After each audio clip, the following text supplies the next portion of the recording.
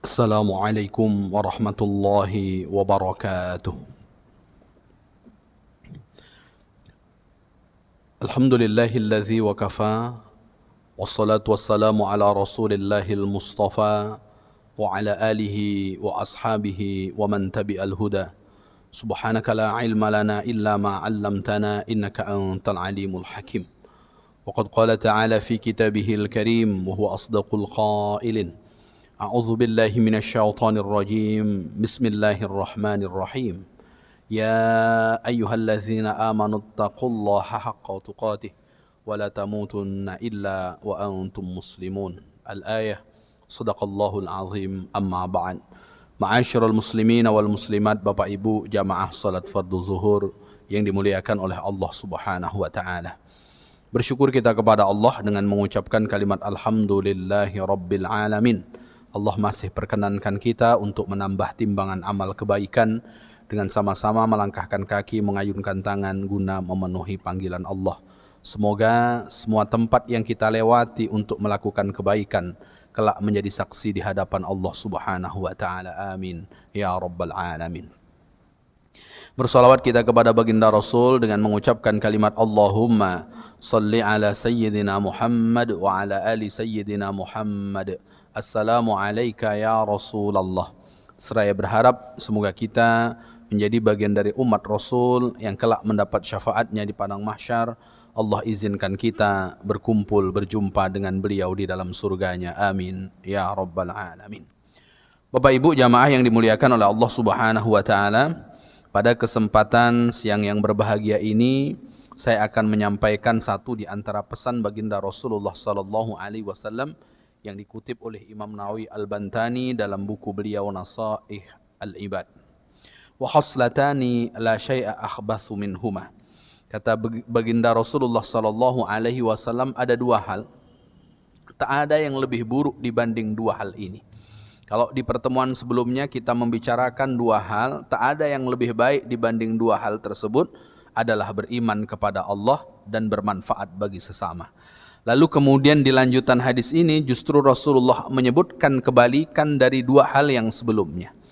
Maka ada dua hal tak ada yang lebih buruk dibanding dua hal tersebut.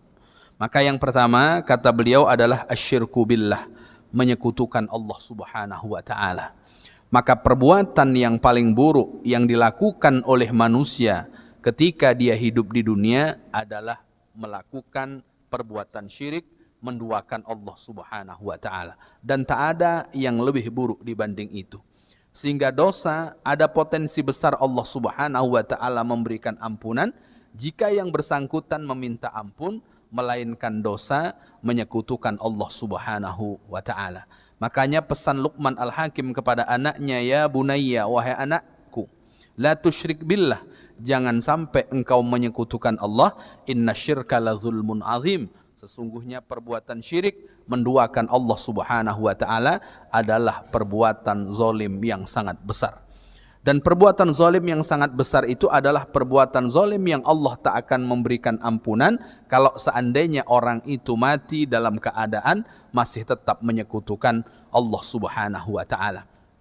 Maka bagaimana sama-sama kita belajar supaya kita tidak menduakan Allah, sehingga ibadah kita, ketaatan kita murni karena Allah Subhanahu wa taala. Kemudian yang kedua, Rasulullah sallallahu alaihi wasallam menyebutkan waddurru bil muslimin. Yang kedua, perbuatan yang paling Allah Subhanahu wa taala benci setelah menyekutukan Allah Subhanahu wa taala, membuat madarat kepada sesama muslim. Jadi membuat bahaya bagi sesama muslim itu adalah hal yang Allah Subhanahu wa taala paling benci. Lalu bagaimana bentuk seseorang membuat madarat kepada sesama muslim? Dijelaskan oleh Imam Nawawi fi abdanihim. Ada orang yang menyengsarakan orang lain terkait dengan fisiknya. Ini termasuk bagian dari hal yang Allah Subhanahu wa taala benci. Mungkin karena kuatnya dia akan menonjok orang, karena hebatnya kuasanya dia akan melukai badan orang. Dan ini jauh-jauh Rasulullah sallallahu alaihi wasallam sudah mengingatkan, satu di antara hal yang dibenci oleh Allah Subhanahu wa taala. Lalu bagaimana pula selain kemudian terhadap badannya, au amwalihim, atau kemudian terhadap hartanya. Ada orang yang mengambil hak orang lain yang itu bukan haknya, berarti dia menyengsarakan orang lain terkait dengan hartanya. Menyengsarakan orang lain bukan hanya sekedar fisiknya yang Allah benci, tapi juga menyengsarakan orang lain terkait dengan hartanya. Maka orang nanti ketika di pengadilan Allah Subhanahu wa taala, mereka akan menerima pahala salatnya. Lalu kemudian mereka akan menerima pahala puasanya, mereka akan menerima pahala zakatnya, sehingga menghadap Allah Subhanahu wa taala menjadi orang yang kaya raya. Maka pernah Rasulullah tanyakan kepada para sahabat, "Manil muflisu fikum?" Wahai para sahabatku, siapa orang muflis menurut kalian? Lalu para sahabat menjawab, "Man laisa lahu dirhamun wala mata." Rasul, orang yang muflis atau disebut orang yang bangkrut, orang yang sudah tidak punya harta, orang yang kemudian sudah tidak punya uang. Itu yang bangkrut. Dulu uangnya kaya, hartanya banyak, asetnya banyak, lalu kemudian habis. Itulah orang yang bangkrut. Tapi justru Rasulullah menyebutkan, orang yang bangkrut itu ketika orang menghadap Allah, lalu Allah ingin memberikan balasan pahala solatnya, Allah berikan pahala balasan puasanya, zakatnya, dan amal-amal baik yang lainnya juga. Tapi kemudian ketika itu malaikat mengajukan keberatan, dan di antara keberatan saat dia hidup membuat bahaya terhadap sesama muslim, satu di antaranya hartanya. Berbuat curang kepada sesama muslim juga terkait dengan hartanya, maka itu tidak akan pernah selesai sebelum yang bersangkutan menyelesaikan saat hidup. Maka jangan berharap di pengadilan Allah Subhanahu wa taala akan mudah audit kita kalau hak sesama Adam saat hidup kita tidak menyelesaikannya. Maka diingatkan perbuatan yang Allah Subhanahu wa taala benci setelah menyekutukan Allah Subhanahu wa taala adalah membahayakan sesama muslim baik fisiknya apalagi kemudian juga hartanya. Maka harta orang haram bagi kita untuk mengambilnya, melainkan dengan cara yang diperbolehkan secara syariat.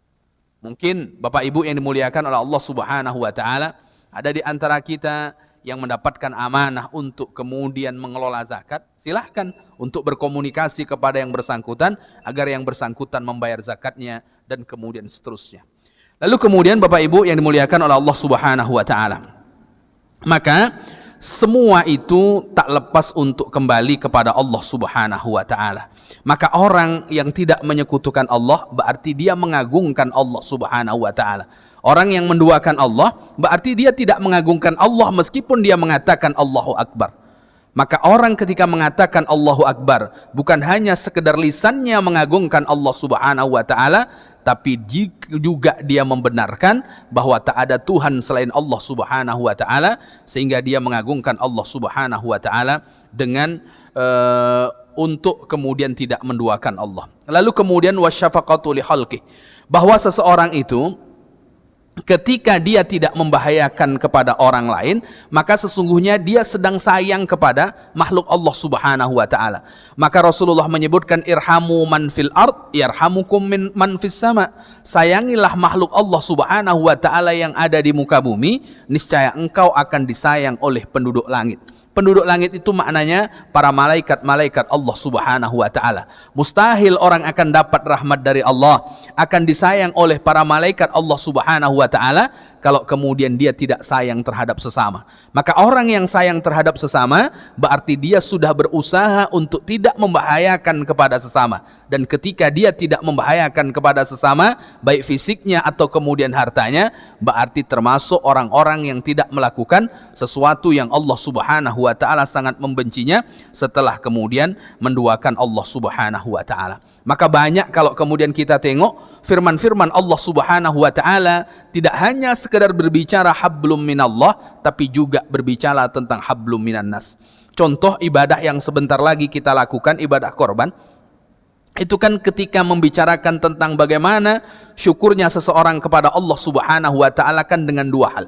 Inna a'tainakal kautsar, sesungguhnya kami memberikan kepadamu wahai Muhammad al-kautsar. Al-kautsar itu kalau kita tengok literatur terjemahan tafsirnya, keterangan tafsirnya, itu maknanya adalah an-ni'am al-katsirah, nikmat yang banyak.